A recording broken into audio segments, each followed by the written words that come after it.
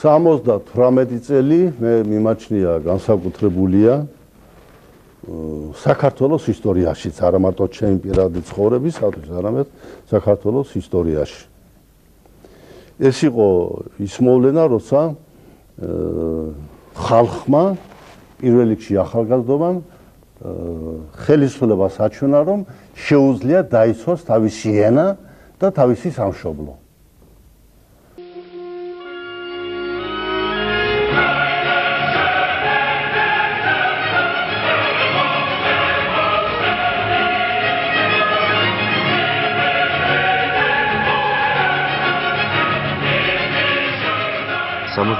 წელს გამოქვეყნდა ახალი კონსტიტუციის პროექტი, რომლის მიხედვითაც ქართულიანის სახელმწიფო სტატუსი უქმდებოდა.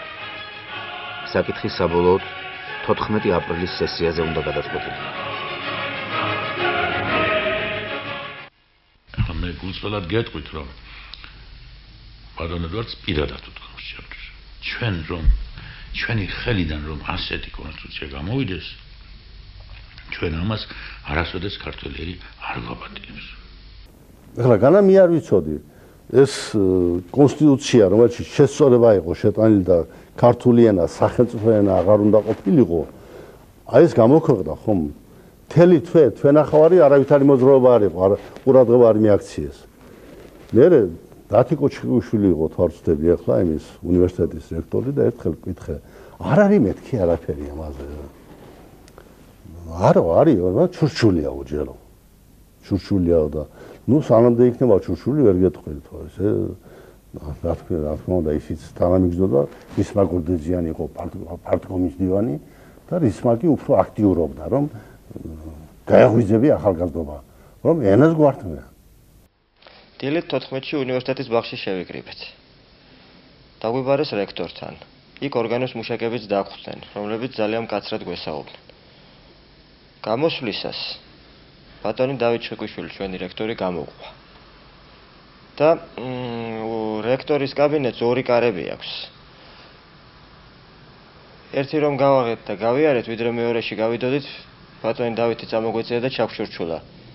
ნუ გეშინიათ, მე თქვენთანა ვარ, ყველაფერი ისე იქნება, როგორც თქვენ გინდათ. მართალი გითხრათ, ამ სიტყვების ჭეშმარიტი აზრი მაშინ ჩვენთვის უცნობი დარჩა. გარეთაც ყოყმანობდით, წავსულიყავით თუ არა. მოვიდა 10-15 კაცი, რომლებიც სამხატვრო აკადემიის სტუდენტებად წარმოგვიდგენ. მათ ჩვენს ღირსებაზე ითამაშეს და გვითხრეს, თქვენ თუ გეშინიათ დარჩით, ჩვენ მარტოები წავალთ. ფაქტიურად უნივერსიტეტის 1000-მდე კაცი მათ გაიყოლიეს მანიფესტაციაზე.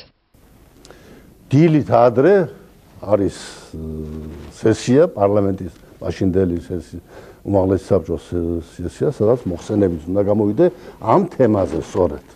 აი კონსტიტუციაში შესწორებები. და ეს საკითხი შემოიტოვე ბოლოსათვის.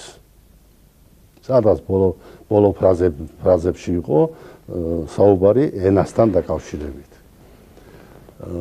და რომ მოხსენებით გამოვდივარ, იქიდან პრეზიდიუმიდან მოდის წერილები. ხან ინაურიძეს, ხან კოლბინი იყო ცეკას მეორე მდივანი.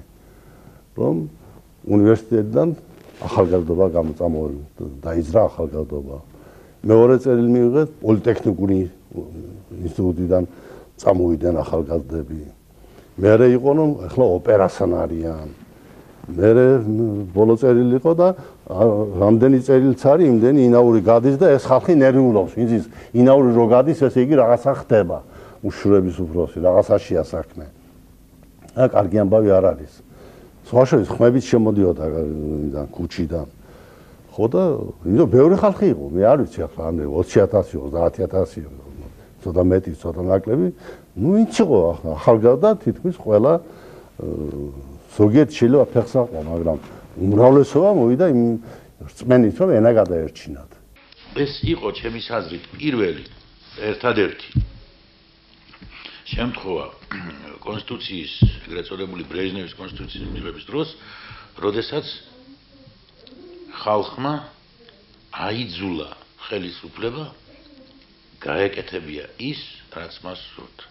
უფრო მეტიც და უფრო მნიშვნელოვანი. ჩემის აზრით ეს იყო ერთადერთი შემთხვევა, როდესაც რესპუბლიკაში ყოველ შემთხვევაში ხალხისა და ხელისუფლების მისწრაფებები ერთმანეთს ემთხვეოდა და მათ სხვადასხვა გზით მაინც მიაღწიეს ამის გაკეთება.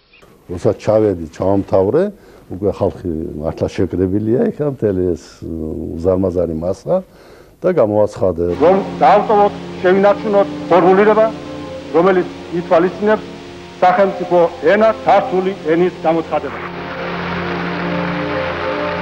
ეხლა ვერ აკეთებ, რა ხდებოდა იმ დარბაზში, ხო კომუნისტები, ხომ რა იყო მიდინები ისხდნენ სულ და სულ ისინი მინისტრები და სხვები. ერთმანეთს ეხვევიან, კოცნიან და მეც სიმართლე გითხრათ, აი ბოღმა მოაჭრა კაცს რომ ესე იგი თურმე როგორი ახალგდები კი არა, აი აქ თვითონ პარტიულ ელიტაში როგორ განიცდიან და მაშინ თქვი ჩემთვის გავაკეთე დასკვნა რომ პატრიოტიზმი დაკარგული არ არის არც პარტიულ ელიტაში და არც ახალგაზრდებში.